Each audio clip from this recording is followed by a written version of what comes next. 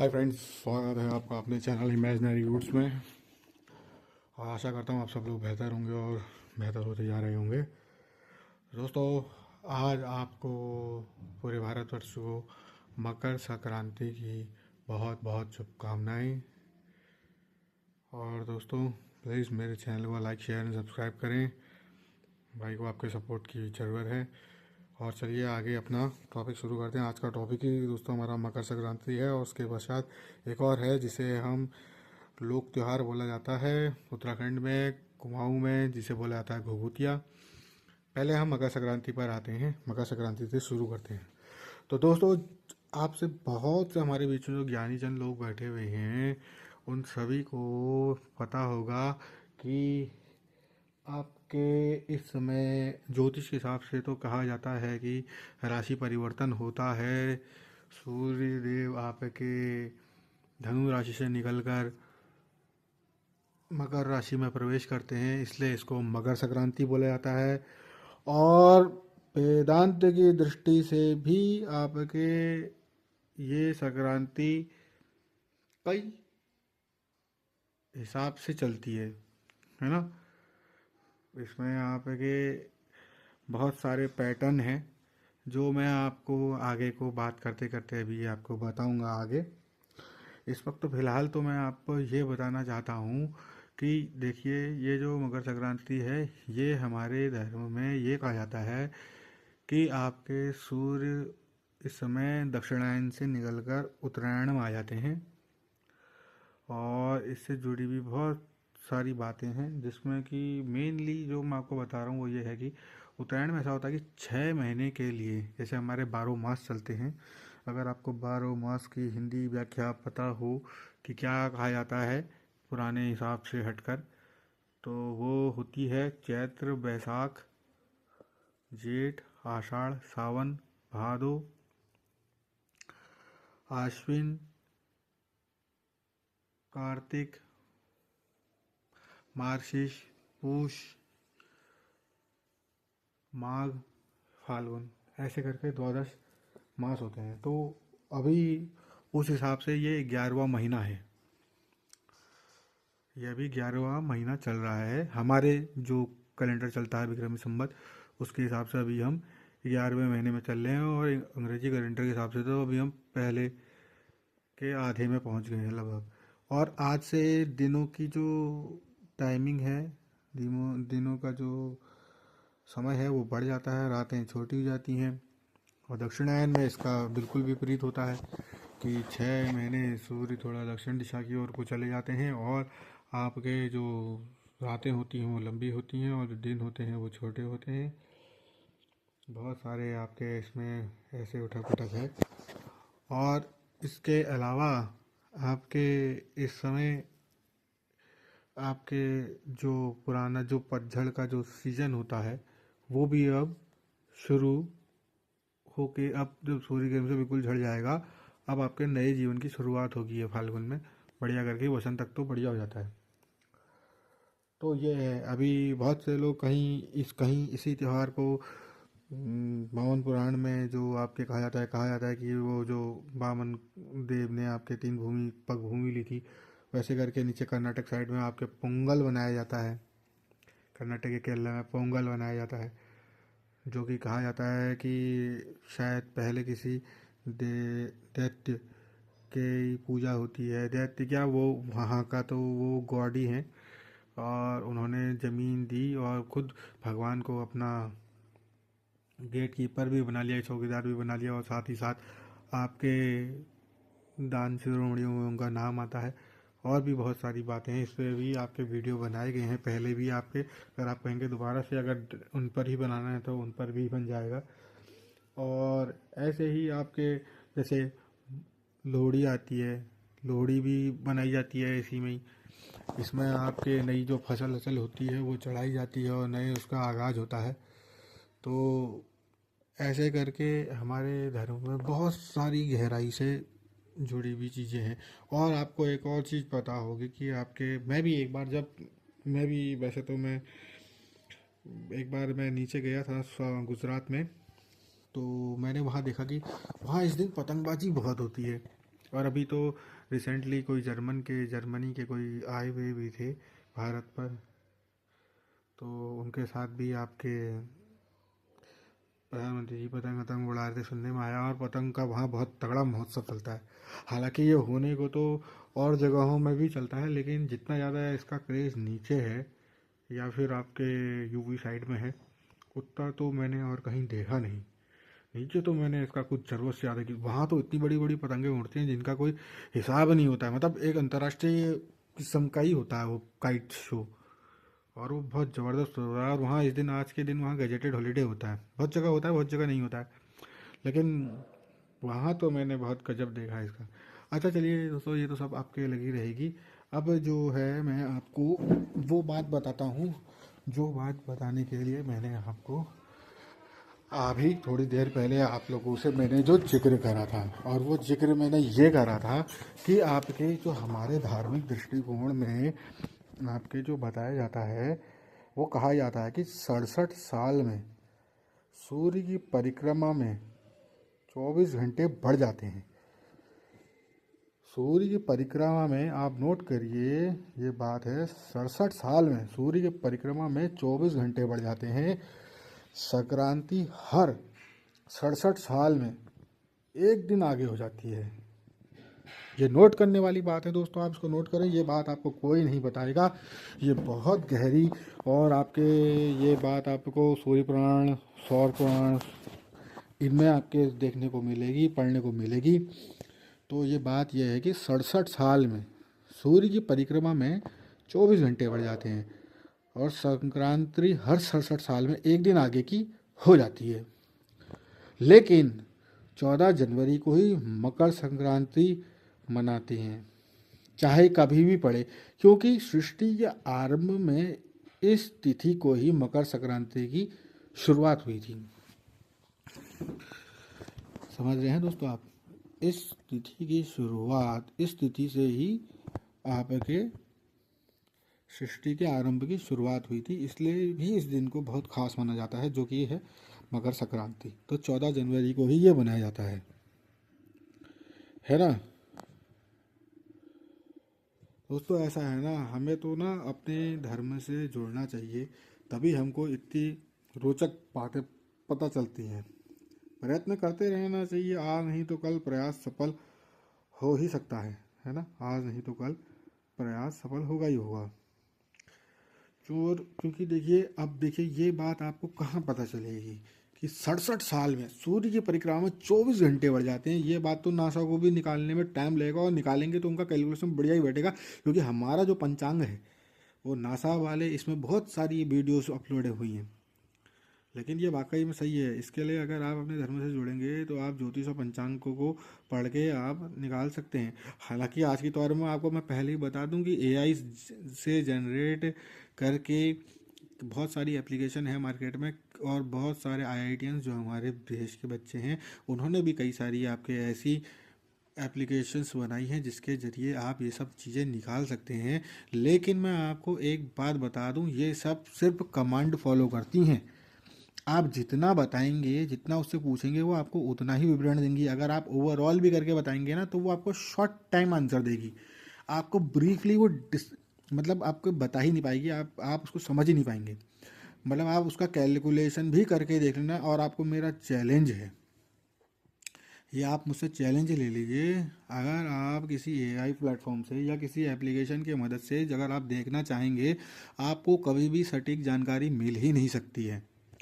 कभी वो आपके नक्षत्रों पे गड़बड़ कर देगा, कभी वो आपके टाइमिंग के हिसाब से, कभी किसी हिसाब से, कहीं ना कहीं वो आपको मिस्टेक कर देगा। कितना ही माइन्यूटली चेक करने वाला भी सॉफ्टवेयर हो, वो आपको एग्जैक्ट बता ही नहीं पाएगा। एग्जैक्ट आपको सिर्फ और सिर्फ वेदांत का ज्ञाता ही बता सकता है, जिसने आपके समाजशास्त्र पढ़े हैं या ज्योतिष शास्त्र पढ़ा है अच्छे से। और ज्योतिष शास्त्र इतना भव्य सागर है कि मैं तो कह रहा हूँ कि अच्छे से अच्छा ज्योतिष आ जाए। जितने भी टीवी में आते हैं और जितने भी आपके क्या नाम कहते हैं, ये आपके एप्लीकेशन खोलकर आजकल नए नए ज्योतिष बने बड़े हैं, कोई भी हो एक्स वाई जेड। और यहाँ तक कि मैं तो कह रहा हूँ, आपके खुद के अपने पुरोहित, जो आपके अपने पुरोहित हों, जो आपके अपने पंडित जी हों, वो भी मिस्टेक कर जाएंगे। ज्योतिष इतना गहरा शास्त्र है, इसको समझने के लिए तो आपको उसको पढ़ना पड़ेगा, और मैं बताऊँ ना, दूसरों की बातों में यकीन भी नहीं करना चाहिए। पहले तो कर्म ही प्रधान है, क्योंकि हमारा जो जन्म हुआ है मृत्यु लोक में, तो ये कर्म प्रधान ही है। जब आप काम करेंगे तभी आपका कुंडली भी आपका साथ देगी। लेकिन कुंडली में आपका पूरा जीवन है, और उसको आपके समझने के लिए आपको उसको जानना पड़ेगा। आप मैं किसी भी ज्योतिष शास्त्री का या उनकी बातों का या बताने वालों का मैं खंडन नहीं करता हूँ, लेकिन ये बात से मेरी वो भी एग्री करेंगे कि वो एग्जैक्ट तो वो भी कुछ नहीं बता सकते हैं। अब इसका मतलब ये नहीं है कि जैसे पिक्चरों में दिखाते हैं कि आपने किसी के सर में पैसे पहले से दिखाते थे कि बंदूक रख दी, हाँ उन्होंने कहा मेरी कुंडली बताओ, और उसने कहा कि नहीं मेरी कुंडली तो बहुत मजबूत है, मैं तो बहुत लंबा जीवन जीऊँगा, हाँ अगले ने उसको गोली मार दी। ना ना, ये चीज़ें तो ऐसा है, जो जानने वाला है वो भी बता सकता है, जिसको आपको जानकारी होगी। लेकिन अभी आपको फ़िलहाल मैंने बता दिया 67 साल का टाइमिंग, और क्यों 14 तारीख को ही मकर संक्रांति मनाई जाती है, क्योंकि इसी दिन सृष्टि का आरंभ हुआ था। अब चलिए आगे हम चलते हैं अपने लोक सांस्कृतिक आपके कार्यक्रम, जिसका नाम है आपके घुघुतिया। तो दोस्तों, ये घुघुतिया त्यौहार जो है ये उत्तराखंड में मनाया जाता है। उत्तराखंड में आपके इस लोक सांस्कृतिक त्यौहार आपके घुघुतिये को इसलिए बनाया जाता है क्योंकि यहाँ के जो पूर्व में जो राजा थे कल्याण चंद, यहाँ पर चंद डायनेस्टी का बहुत वर्चस्व रहा है। चंद राजा जो थे वो बहुत पुराने चंद, ये इसमें भी आपके डिस्प्यूट है कि वो चंदेल भी हैं, और आपके बहुत कुछ हैं, और यहाँ तक कि ये भी है कि वो मतलब आपके पांडवों से भी आपके निकल कर आए हैं। और ये भी कहा जाता है कि चंद वंश में, अब देखिए, श्री रामचंद्र भी हैं, है ना, कृष्ण भी चंद्रवंशी है, लेकिन राम जी को सूर्यवंशी कहा जाता है, लेकिन उनके नाम के पीछे चंद आता है, तो उसमें डिस्प्यूट काफ़ी सारे हैं। लेकिन यहाँ पर को आपके अभी हम फिलहाल उस वहाँ उतनी गहराई में नहीं जाएंगे। अभी हम बात करते हैं सीधे सीधे कल्याण चंद की। जो एक चंद राजा है आपके यहाँ पर उत्तराखंड में आपके स्थापित थे, उनकी उनके बच्चा नहीं था। उन्होंने तमाम मिन्नतें करी, तमाम मिन्नतों के पश्चात उनको एक पुत्र रत्न की प्राप्ति हुई। पुत्र रत्न की प्राप्ति हुई तो संक्रांति तो दोस्तों देखो पहले से पुराना त्यौहार है, वो तो मनता ही था। और ये फसलों का ये सब पूजा वूजा ये सब भी होती थी। लेकिन इसी दौरान में जब उनका बेटा हुआ, उस बेटे को वो प्यार से घुघुती कहते थे। घुघुती, प्यार में ना पहाड़ी शब्द हुआ घुघुती, क्योंकि यहाँ कुमाऊनी बोली जाती है, तो इनके उसमें कुमाऊनी बोली जाती थी, तो उनका प्यार से नाम रखा घुघुती। ये अब बच्चा आपके खाना खाने में बहुत नखरे करता था। हर किसी के घर में बच्चों के बहुत नखरे होते हैं खाना खाने को लेके, तो ये भी बहुत नखरा करता था। तो अब पहाड़ों में अब आपके पहले पंछी अंछी आते ही हैं, वैसे ही कौवे भी आ जाते थे। पहले से तो कौवे बहुत दिखते थे, अब तो दिखने भी बंद हो गए हैं। इतना ज़्यादा ये मोबाइल का नेटवर्क और दुनिया जहान की चीज़ें आपके इतने नेटवर्क हो गया और इतना शिकार हो गया है कि अब आपके अब पंछी भी बहुत कम हो गया। क्लाइमेट कंट्रोल की वजह से सब सत्यानाश हो चुका है पहाड़ों का भी। कुल मिलाकर के मैं बताऊं तो अब पहाड़ों की संस्कृति भी खतरे में है, क्योंकि अब आपके ऐसा है ना, पहाड़ों में भी पाश्चात्य, मैं तो कह रहा हूँ महाराष्ट्र से भी ज़्यादा होगी। पहले से टीवी में पिक्चर देखी जाती थी, दिल्ली बॉम्बे आपके बहुत ही मतलब ना गंद भर गई है पहाड़ों में भी।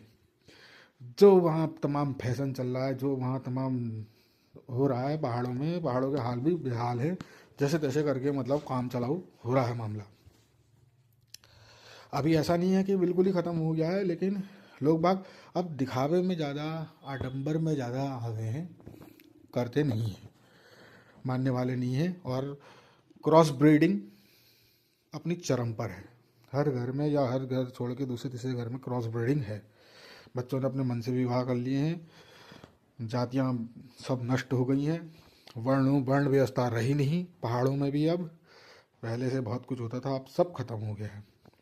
तो चलिए दोस्तों, इस सब बातों में तो अलग बाद में फिर कभी बनाएंगे, और मेरी शायद इस बात से बहुत लोगों को बुरा भी लग जाए तो उसके लिए मैं क्षमा प्रार्थी हूँ। लेकिन हकीकत बात तो यही है कि ऐसा है वाकई में, इसमें चढ़ने वाली भी कोई बात नहीं है, ये सत्य है सो है। और इससे हम सभी लोग पीड़ित हैं, जितने भी बड़े बुजुर्ग हैं और जितने भी लोग बाग हैं जो मानने वाले हैं वो लोग हैं।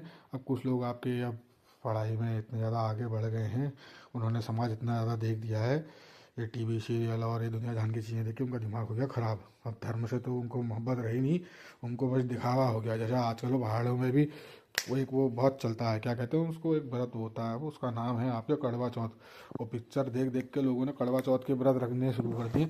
यहाँ का जो वट सावित्री जो व्रत है, जो जो वाकई में जो संवैधानिक जो है शास्त्रों में यहाँ का व्रत, वो छोड़ के अब लोगों ने अब ये अलग अलग त्योहार, चलो इन सब चीज़ों में बात मांगेंगे, इन सब चीज़ों में बाद में वीडियो बनते रहे। तो दोस्तों आइए आगे बढ़ते हैं। तो जो कल्याण चंद का जो बेटा था घुघुती, उसके संग में आपके उस वो खाना खाता नहीं था, वो कौवों को डाल देता था। अब कौवे खाई जाते हैं, पितर होते हैं। इस पर भी अलग से एक वीडियो बनाएंगे आपके, इस पर भी अलग से पितरों पर अलग से वीडियो बन जाएगा। तो दोस्तों वो कौवों को डालता था, कौवों से उसकी दोस्ती हो गई। अब क्या हुआ, बात यहाँ से आगे को बढ़ती है। बात आगे ऐसे बढ़ती है कि जब वो कौवों को डालता था, कौवों से दोस्ती होगी। अब राजा के साथ में राजा के भेदिए एक मंत्री था, वो मंत्री राजा से चिढ़ता था। वो चाहता था कि इसका बच्चा कैसे हो गया, अब तो मैं राजा बनता नहीं, तो अब तो ये दूसरा बनेगा, इसका बेटा ही बनेगा राजा। उसने बच्चे का रात में करा अपहरण और ले जाके जंगल में ले जाके मारने लगा। अब बच्चा भी राजसी ठहरा, दिमाग वाला हुआ, उसने अपनी माला उतार के डाल दी। कौओं ने देख लिया। देखो ना, स्वामी भक्ति तो जितनी जानवरों में है, जितनी पशु पक्षियों में है, अब इंसानों में तो रही नहीं। तो ऐसे करके वो हो गया, ठीक हो गया। अब डाला तो कौवे काँव काँव काँव काँव करते करते गए उसके पास, रानी के पास। रानी ने राजा ने दरबारी अपने और अपने सिपाही सिपाही लेके भेजे। अब वो आ गया पकड़ में मंत्री, और वो उसको मार रहा था और वो बच गया बच्चा। तो तब से आपके एक ये उन्होंने उनको प्रसाद देना शुरू करा, ऐसे ही बनाया और उसको खाने देना शुरू करा। और फिर ये एक यहाँ का कही जाती है, एक प्रचलित बात है, जो कहते हैं बच्चे के गले में माला पहना के हाथ में घुघुती माला ले ले, कहते हैं काले कौआ काले घुघुती माला खा ले ना। तो ऐसे करके यहाँ के लोक सांस्कृतिक त्यौहार, जो कि चंद परिवार के बेटे के अपहरण से और उसके मिलने से और इसमें पशु पक्षियों के प्रेम से जुड़ा हुआ है। तो दोस्तों पशु पक्षियों से प्रेम होना चाहिए। आप जितना अपने पशु पक्षियों से प्रेम करेंगे उतना ही वो आपसे आपके लिए जान हाजिर करेंगे। और मेरा कहना तो यह है कि मांस और मदिरा का सेवन का त्याग करें और अपने जीवन को हष्ट पुष्ट बनाएं और प्राकृतिक संसाधनों से जुड़ें। और चलिए दोस्तों, यहाँ पर तो मैंने आपको दो बातें बता दी, एक तो मकर संक्रांति की और दूसरी आपके हमारे लोक सांस्कृतिक त्यौहार घुघुतिये की कहानी। अब घुघुतिये की कहानी के पश्चात दोस्तों आज आपके है सटतिला एकादशी। दोस्तों ये सटतिला एकादशी जो है, ये आपके माघ मास की एकादशी है।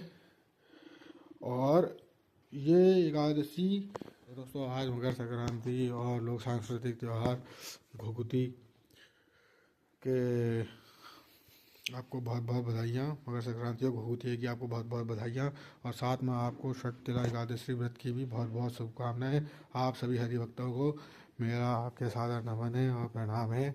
और दोस्तों प्लीज़ मेरे चैनल को like share and follow and subscribe कीजिए।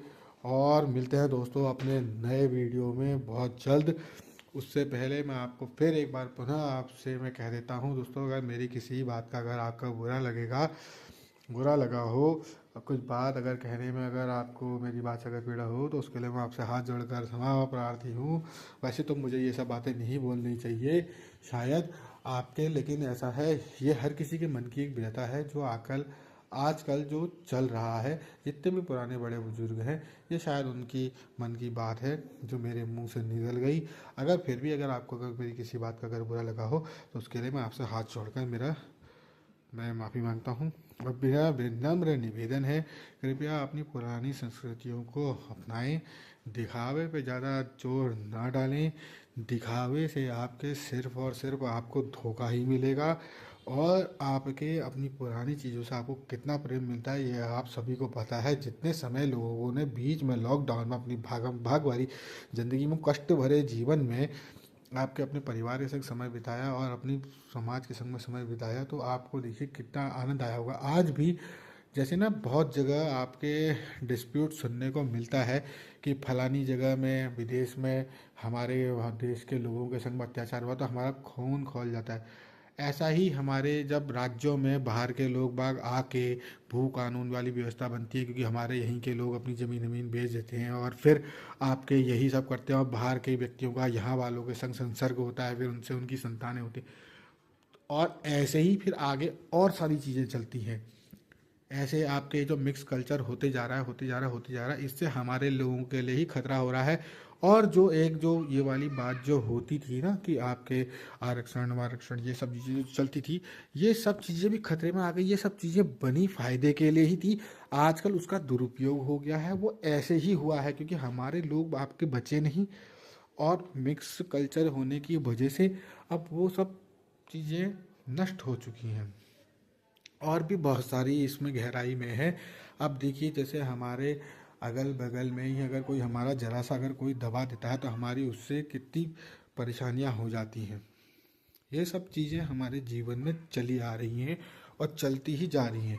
कारण क्या है? कारण सिर्फ ये है कि आपके हम एक दूसरे के उसमें इंटरफेरेंस पसंद नहीं करते हैं, लेकिन अब वो हमारी ज़िंदगी में ही हो रहा है। क्यों? क्योंकि अब हम एक साथ सब चीज़ें मिक्स हो रही। एक तरफ तो आदमी को समान अधिकार चाहिए, समान सब कुछ चाहिए, और दूसरी तरफ वो कुछ नहीं करना चाहता। मैं इस पर एक बहुत जल्दी एक वीडियो बनाने वाला हूँ जिसमें कि आके मेरी कही भी सारी बातों को आपको प्रूफ होगा, और उसमें आपको ये भी पता चलेगा कि ये सब बातें मैं क्यों कह रहा हूँ।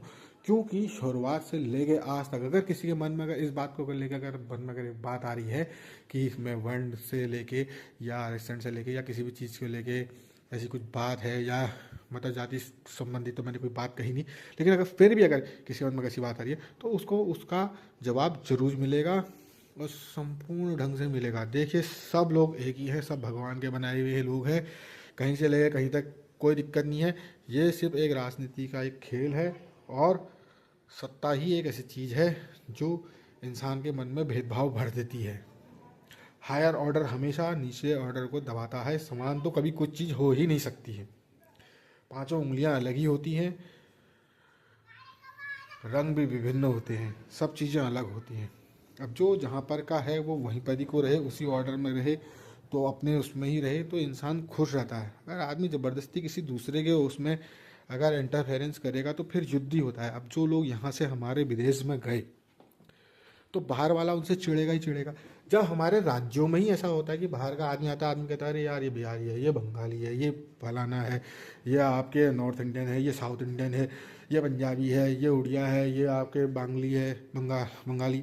तो ये सब चीज़ें, ये सारे सरकमटेंसेस, ये सारी चीज़ें जो है ना, यही कंट्रोवर्सी क्रिएट करती हैं, और इसको क्रिएट करने वाले हम लोग खुद हैं, और हम वही जड़ इमेजिनरी रूट्स का मतलब ही यही है। इस दिमाग में हमारे जितने भी ज़्यादा आपके ये सारी फालतू की चीज़ें आती हैं ना, उसका जड़ यही है। क्योंकि पैदा भी हम ही लोग खुद ही जनरेट करते हैं, तरंगे हम ही लोग छोड़ते हैं। फिर कभी कभी ऐसा होता है ना कि वो बहुत लोगों से वो मिलती चली जाती है, और वो बात वायरल हो जाती है, और फिर होता है महाविस्फोट, और फिर हो जाता है भूचाल जीवन में लोगों के। तो ये सब है दोस्तों। और अगर फिर भी मैं कह रहा हूँ आपसे, फिर से दोबारा से मैं अपना हाथ जोड़ कर क्षमा मांगता हूँ अगर मेरी किसी बात का आप लोगों को बुरा लगा हो। और मैं एक बात और बताऊँ, कभी भी आधी अधूरी बातों पे विश्वास न करें। बात को, पूरी बात को समझें, उसमें कुछ समय मनन करें, उसके बाद ही उसका उत्तर दें। एकदम से सुन के एकदम से रिएक्ट कर देता है ना जो, तो उसका असर भी नहीं होता, और वो बात बहुत खतरनाक भी हो जाती है कभी कभी।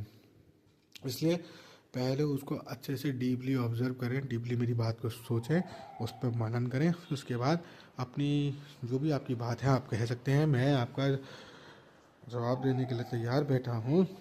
और हम मेरे से मिलने वाले या मेरे से बात करने वाले सभी लोगों की ये सब बातें हैं, जो कि मैं अपनी बातें आपके आए दिन कथाओं में भी सुनता हूँ, आए दिन आपके समाज में विभिन्न भाषणों में भी सुनता हूँ, विभिन्न डिस्प्यूट्स चलते हैं, आजकल जो वार चल रहा है उसमें भी सुन रहा हूँ। और उन्हीं सब चीज़ों को लेकर के जो मेरे मन में जो एक बात आई, मेरे समझाने का तरीका न जाने कैसा रहा, वो तो आप लोगों के माध्यम से ही पता चलेगा। तो ठीक है दोस्तों, आज मैं आपसे विदा लेता हूँ, फिर मिलते हैं अपने नए वीडियो में। And please like share and subscribe करें। जय हिंद, जय भारत, हर हर महादेव।